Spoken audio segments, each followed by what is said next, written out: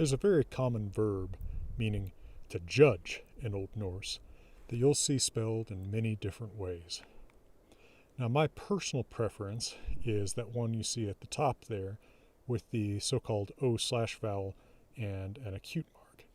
But more often, what you'll find is either the modern Icelandic spelling with the letter ash, the AE ligature, or the sort of archaized answer to that, the OE ligature, which is often favored by modern Icelandic, English, and German speaking editors today when they don't just use the modern Icelandic spelling.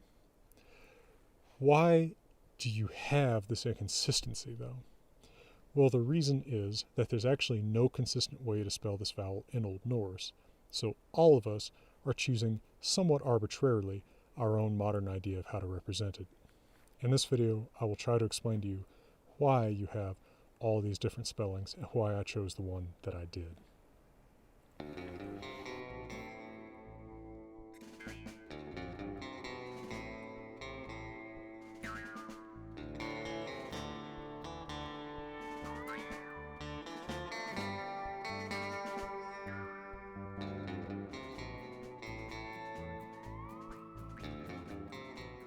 So we have to remember that Old Norse has been written in the Roman alphabet since, we think, around AD 1150.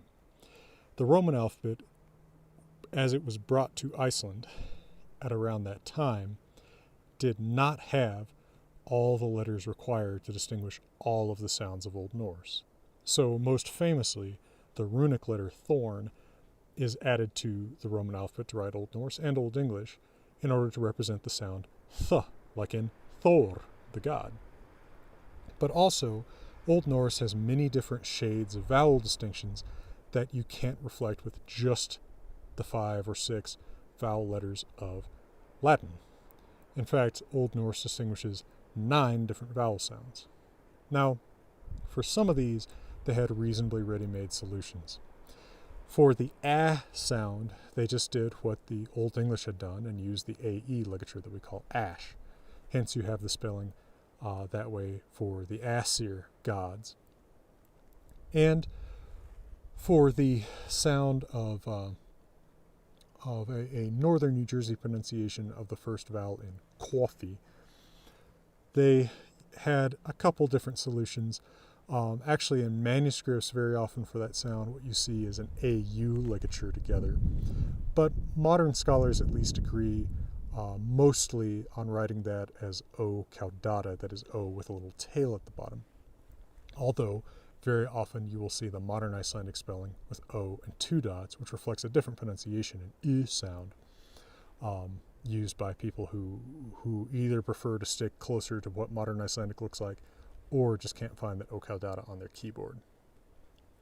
But there's a lot more disagreement about one key vowel, which is the long version of the I umlauted version of the sound of O.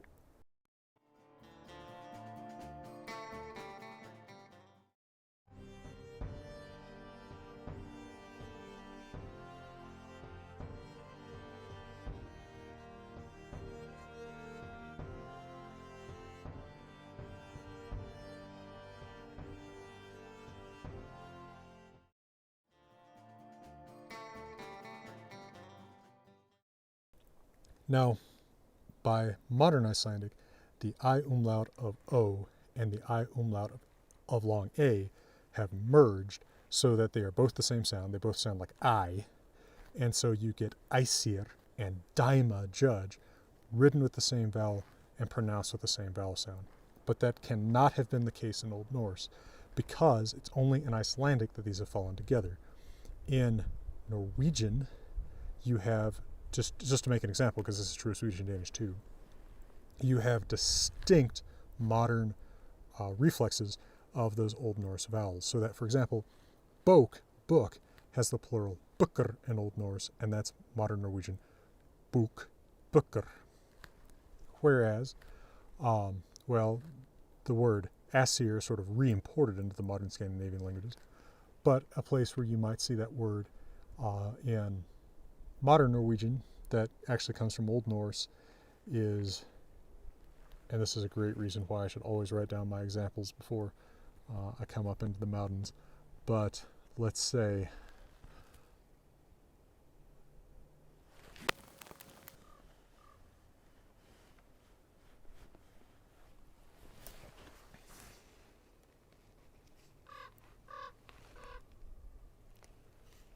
the raven reminds me. Let's say goose, which in modern Swedish is gås, and the plural jas, which goes back to that A with 2 dots in Swedish represents the same vowel that in Old Norse is written A-E, ash. All right, thank you, raven. That must have been Moonin jogging my memory up there. All right, so in modern Icelandic, these vowels have merged. They were not merged in Old Norse, and they still haven't merged in, say, modern Swedish, Norwegian, and Danish. So the problem becomes that this vowel is written so frickin' inconsistently in Old Norse. For one thing, the bulk of our literature in Old Norse is from Iceland, where this merger is already happening in the 1200s. So sometimes you do already have it written the same way as ash. But when it's not, sometimes you actually have the O hook vowel, which looks exactly like what we write a different vowel with in our standard Old Norse orthography today. So that's a problem. So what can we do? The typical answer, as I said, has been either write it like modern Icelandic writes it and just forget about the difference in Old Norse. A lot of people are happy to do that anyway because they prefer to pretend that Old Norse and modern Icelandic are similar for various reasons. Sometimes it's a sort of Icelandic patriotism. Sometimes it's because, just damn it, that's what everybody does. A little bit more moderate and I think responsible decision is to make it an OE ligature, as so many Icelandic, German, and English-speaking editors do today. My big problem with writing it that way is that it looks just like ash in italics. So that it's, if we're giving example words in a paper or something, it can be really hard to tell which one you mean if they're italicized, as example words often are. So I have a problem with that.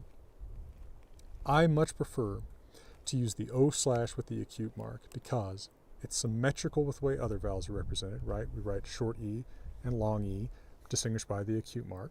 Short A and long A, distinguished by the acute mark. The vowel sound is the same as the one that we represent in Old Norse with the short O/. It's just longer, so again, symmetrical. Now, that short O/ vowel has merged in modern Icelandic with the Old hook O sound, and they're both written with O, 2 dots, and they're pronounced as a front vowel, U.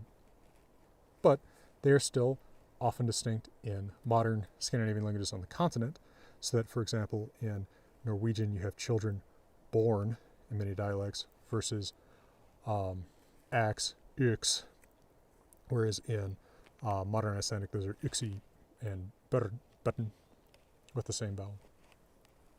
So if you just take that vowel, the way that's written in short, O/, and just add that acute mark like you would to any other vowel to indicate when it's long, U versus U, I think you get a really nice symmetrical answer that also emphasizes the link of Old Norse to the modern Scandinavian languages on the continent, not just Icelandic, right? So that, for example, book, books looks pretty similar to the way that it looks in Norwegian, Old Norse bok, bøker, and then modern Norwegian bok, bøker, versus modern Icelandic bok, bækur, which is pretty different in sound.